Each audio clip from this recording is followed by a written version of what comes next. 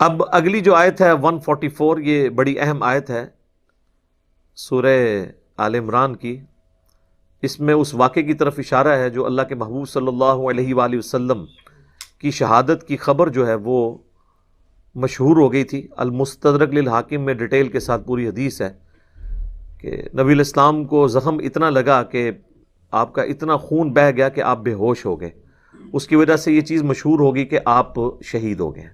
تو کئی صحابہ نے اپنی تلواریں پھینک دیں انکلوڈنگ سیدنا عمر کہ اب ہم نے کیوں لڑنا ہے.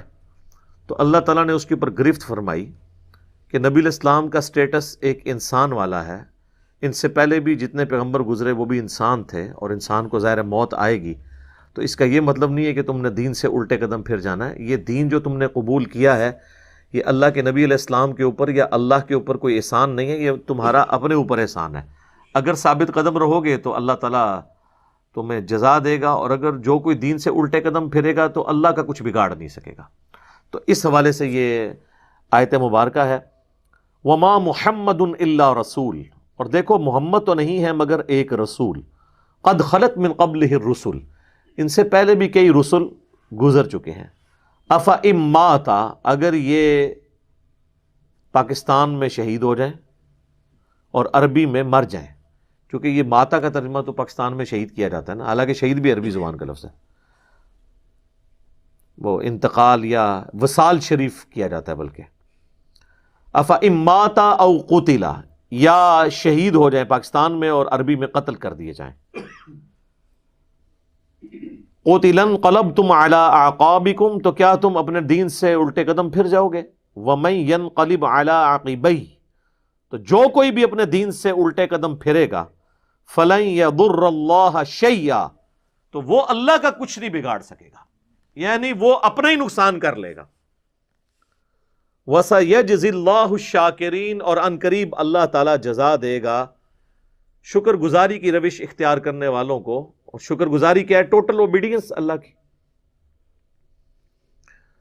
بخاری اور مسلم دونوں میں حدیث ہے، حضرت سہل بن سعد الساعدی کہتے ہیں کہ اللہ کی قسم میں جانتا ہوں کہ غزوہ احد کے موقع پر جب اللہ کے نبی صلی اللہ علیہ وآلہ وسلم کو زخم لگا اور آپ کے دانت شہید ہو گئے، تو کون شخص تھا جو آپ کے زخم کو دھوتا تھا اور کون پانی لے کر آیا. اور پھر انہوں نے بتایا کہ سیدنا علی رضی اللہ تعالیٰ عنہ علیہ السلام نے ایک ڈھال کو الٹا کر کے، ڈھال یعنی ایک طرف پیٹ نکلا ہوتا ہے، اسے الٹا کریں تو برتن بن گیا، اور اس میں پانی لے کر آئے اور سیدہ فاطمہ نے نبی علیہ السلام کا وہ زخم دھویا. اور جب خون نہیں رکتا تھا تو سیدہ فاطمہ سلام اللہ علیہا نے ایک کپڑا کاٹن کا جلا کے اس کی راکھ وہاں پر رکھی. یہ آج بھی بڑا آزمودہ طریقہ ہے. اور زخم جو ہے نا وہ اس سے خون رسنا بند ہو گیا، چونکہ آپ کا خون اتنا نکل چکا تھا کہ ظاہر ہے کہ جب خون زیادہ نکل جائے اور بلڈ پریشر لاس ہو جائے تو انسان بے ہوشی کے عالم میں چلا جاتا ہے. اور اسی وجہ سے یہ چیز مشہور ہو گئی تھی کہ اللہ کے نبی صلی اللہ علیہ وآلہ وسلم وفات پا گئے. تو کئی لوگوں نے تلواریں پھینک دی. المستدرک للحاکم میں اس کانٹیکسٹ میں ڈیٹیل حدیث موجود ہے. اور ایک اور حدیث ہے جو کم از کم صحیح بخاری میں 4 دفعہ ڈیٹیل کے ساتھ آئی ہے. وہ سیدنا ابو بکر کا خطبہ ہے نبی صلی اللہ علیہ وآلہ وسلم کی وفات کے فوراً بعد. اس کے اوپر میری الگ سے بھی کئی ایک ویڈیوز ریکارڈڈ ہیں جس میں نے وہ احادیث ڈسپلے بھی کی ہیں صحیح بخاری کے اندر، کہ جب نبی صلی اللہ علیہ وآلہ وسلم کی وفات ہوئی تو سیدنا ابو بکر جو ہیں وہ حجرہ عائشہ میں داخل ہوئے، چونکہ محرم بھی تھے، اور اس حال میں کہ انہوں نے دیکھا کہ مسجد میں جھمگٹا لگا ہے اور سیدنا عمر جو ہیں وہ تلوار اٹھائے کھڑے ہیں کہ جو کوئی کہے گا کہ محمد صلی اللہ علیہ وآلہ وسلم دنیا سے جا چکے ہیں تو میں اسے قتل کر دوں گا.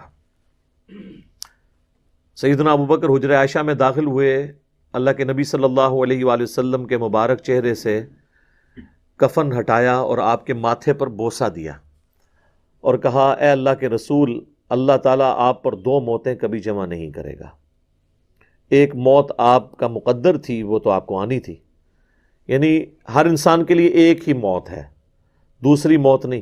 اب آپ آخرت کی زندگی میں چلے گئے، تو موت کا مزہ جو ایک دفعہ تو سب نے چکھنا تھا وہ آپ نے چکھ لیا۔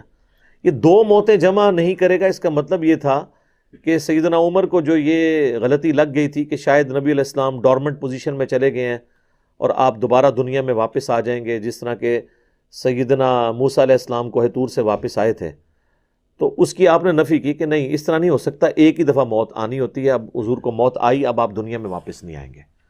سورۃ الواقعہ میں، سورہ یاسین میں واضح موجود ہے کہ جو دنیا سے چلا گیا وہ واپس نہیں آئے گا۔ اور اس کے بعد سیدنا ابوبکر، صحیح بخاری کے الفاظ ہیں، مسجد نبوی میں آئے اور دیکھا کہ سیدنا عمر کے گرد لوگ جمع ہیں، تو وہ سیدھا ممبر پہ چڑھے اور کہا عمر کو اس کے حال پہ چھوڑ دو۔ یعنی اس وقت حضرت عمر کو یعنی سمجھانے کی لوگ کوشش کر رہے تھے، تو انہوں نے کہا ان کو چھوڑ دیں، آپ میری طرف متوجہ ہو۔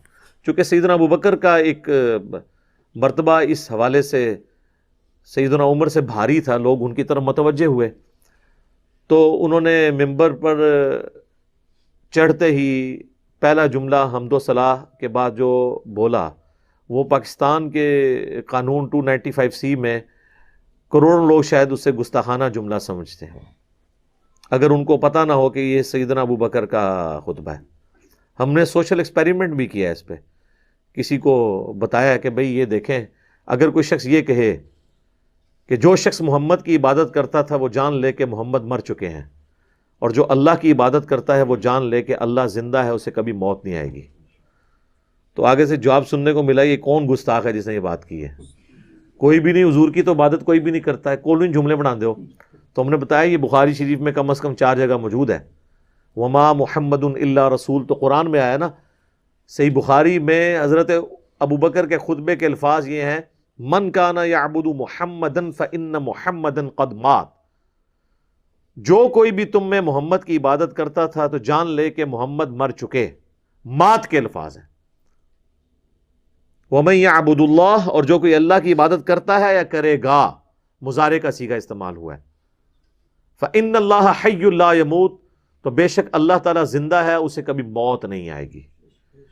تو یہ خطبہ آپ نے یعنی پڑھا، اور پھر اس کی دلیل میں سیدنا ابوبکر نے قرآن کی یہی آیت تلاوت کی، سورہ آل عمران آیت نمبر 144، اور امام بخاری نے کتاب التفسیر چیپٹر جو قرآن کی تفسیر کا لکھا ہے صحیح بخاری کے اندر، اس آیت کو انہوں نے ہیڈنگ بنا کے یہ حضرت ابوبکر کا خطبہ نقل کیا ہے، وما محمد الا رسول قد خلت من قبلہ الرسل افإن مات او قتل انقلبتم علی اعقابکم، محمد تو نہیں مگر ایک رسول، اگر یہ مر جائیں یا قتل کر دیے جائیں تو کیا تم دین سے الٹے قدم پھر جاؤ گے؟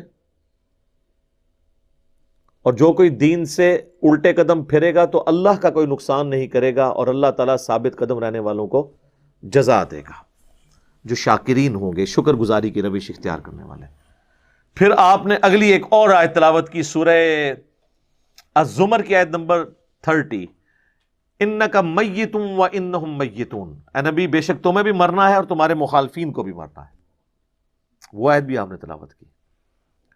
تو آپ اندازہ کریں کہ یعنی صحابہ کرام جو ہیں وہ اپنی بات کی دلیل میں قرآن سے آیات پیش کیا کرتے تھے۔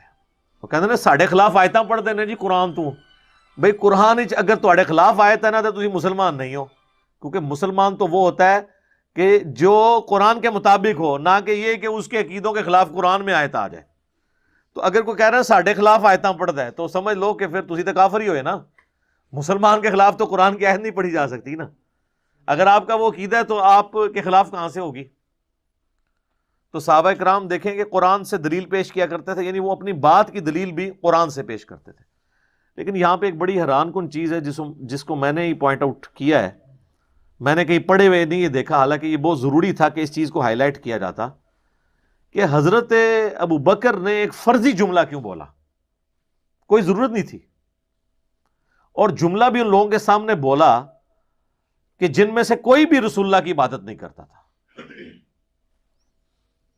یہ لوگ ہوتے تو یہ ان کو کھڑے ہو کے کہتے ہوئے تو کی اتنے تقریراں پہ کرنا ہے، کوئی دروشی پڑھ، تو اتنے حضور دی میت ہوتے، تو اتنے گستاخانہ آیتاں پڑھ رہے ہیں کہ جی جو محمد کی عبادت کرتا تھا وہ جان لے کہ محمد مر چکے ہیں۔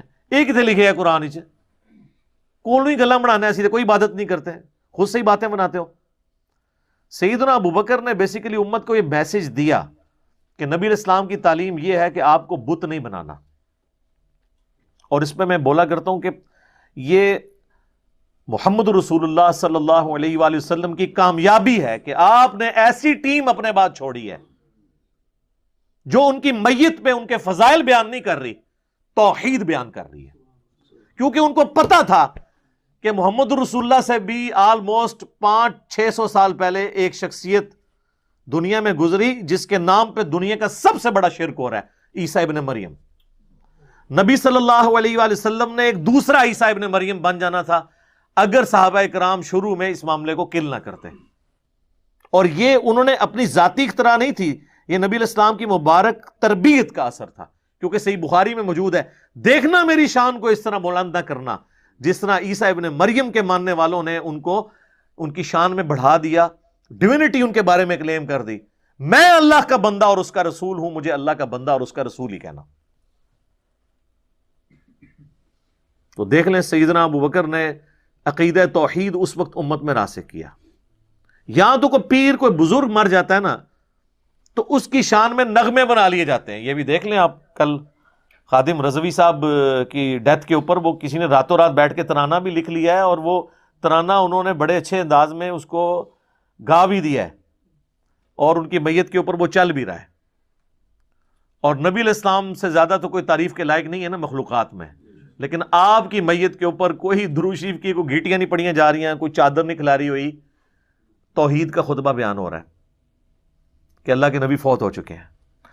سیدنا عمر کے الفاظ ہیں صحیح بخاری میں، جب میں نے ابوبکر کا یہ خطبہ سنا تو میری ٹانگیں میرے جسم کا بوجھ نہیں اٹھا سکی. اچھا، آپ لوگ قرآن و حدیث سنتے ہیں تو غصہ آ جاتا ہے. صحابہ قرآن و حدیث اپنے عقیدے کے خلاف سنتے تھے نا تو ان کی ٹانگیں ان کے جسم کا بوجھ نہیں اٹھاتی تھی. وہ اتنے پشیمان ہوتے تھے کہ میں غلط کانسیپٹ کے اوپر ہوں، میں فوراً رجوع کروں. اور سیدنا ابوبکر کے خطبے کے بعد سیدنا عمر کہتے ہیں مجھے یقین آ گیا کہ حضور فوت ہو چکے ہیں. اور پھر بخاری کے الفاظ ہیں، صحابہ کہتے ہیں کہ ہم کئی دن تک ہماری یہ حالت تھی جب ہم ایک دوسرے کو ملتے تھے نا تو ہم یہ آیت سناتے تھے، وما محمد الا رسول قد خلت من قبلہ الرسل. یہ سورہ آل عمران کی آیت نمبر 144، تاکہ ہمیں یہ یقین آ جائے کہ نبی علیہ السلام دنیا سے جا چکے ہیں. ایک دوسرے کو یہ آیت سنایا کرتے تھے، گستاخانہ آیت. یہ تو گستاخانہ ہی کہتے ہیں نا. یہ ہوتے تھے جناب ایک دوسرے نو جناب کچھ اور ہی سنا دے، نعتاں سنا دے رہندے. تو صحابہ نے ظاہر ہے انہوں نے تو مشن لے کے چلنا تھا نا، ان کو تو پتا تھا کہ پیغمبر کا کام ہے اللہ کا پیغام دنیا تک پہنچانا. اس کے بعد وہ امت کے کام حوالے کر کے چلے گئے ہیں. اب پیغمبر کے ساتھ نسبت اس کی ہوگی، محمد رسول اللہ کا لاڈلا قیامت کے دن وہ ہوگا، حضور کی شفاعت کا حقدار وہ شخص ہوگا جو نبی علیہ السلام کے مشن کو آگے لے کے چلے گا. یہ نہیں ہے کہ جو جتنا اونچا نعرہ مارے گا، یہ چیز نہیں. ہم لوگوں نے تو اس حوالے سے بالکل کانسیپٹ جو ہے نا وہ بدل لیے ہوئے ہیں. چونکہ ہم نے قرآن پڑھا نہیں ہے اس لیے ہمیں اندازہ نہیں ہے کہ قرآن پاک میں نبی صلی اللہ علیہ وآلہ وسلم کا سچا محب اور سچا پیروکار کس شخص کو ڈکلیئر کیا گیا ہے، جو آپ صلی اللہ علیہ وآلہ وسلم کا مددگار ہوگا ان کے دین کے بارے میں، ان پر نازل ہونے والی کتاب پر ایمان لانے والا ہوگا. اس حوالے سے قرآن حکیم میں ایک آیت موجود ہے جہاں پہ نبی صلی اللہ علیہ وآلہ وسلم سے متعلق پریڈکشن آئی ہے، یعنی تورات اور انجیل کے اندر جو آپ کی خصوصیت بیان ہوئی تھی، اور اس کے ساتھ نبی صلی اللہ علیہ وآلہ وسلم کا ذکر خیر آیا ہے کہ آپ صلی اللہ علیہ وآلہ وسلم جو ہیں وہ ان پہ ایمان لانے والا اصل میں وہ ہوگا جو آپ صلی اللہ علیہ وآلہ وسلم کی اس دین میں مدد کرے گا اور اس نور کے اوپر ایمان لے کر آئے گا جو ان کے ساتھ نازل ہوا.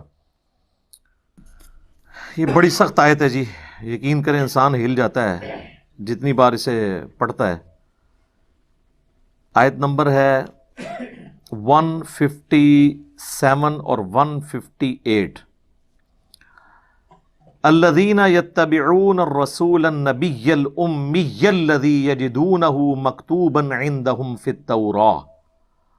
یعنی اہل ایمان کے بارے میں آ رہا ہے کہ یہ اس نبی کی پیروی کر رہے ہیں، اس نبی امی کی جس کا ذکر یہ لکھا ہوا پاتے ہیں اپنے پاس تورات اور انجیل میں. یأمرہم بالمعروف، جو انہیں حکم دیتے ہیں نیکی کا، وینہاہم عن المنکر، اور روکتے ہیں انہیں برائی سے، ویحل لہم الطیبات، اور حلال کرتے ہیں ان کے لیے پاکیزہ چیزیں، ویحرم علیہم الخبائث، اور حرام کرتے ہیں خبیث چیزیں، یعنی اللہ کے اذن سے وہ شریعت کا پیغام پہنچاتے ہیں، وَيَدَعُ عَنْهُمْ إِصْرَهُمْ وَالْأَغْلَالَ الَّتِي كَانَتْ عَلَيْهِمْ، اور جو بوجھ ان پر پڑ چکے تھے، جو ان کے گلوں میں توق تھے، جو خود ساختہ ایک قسم کی شریعت اڈاپٹ کر لی تھی، وہ ان سے دور کرتے ہیں۔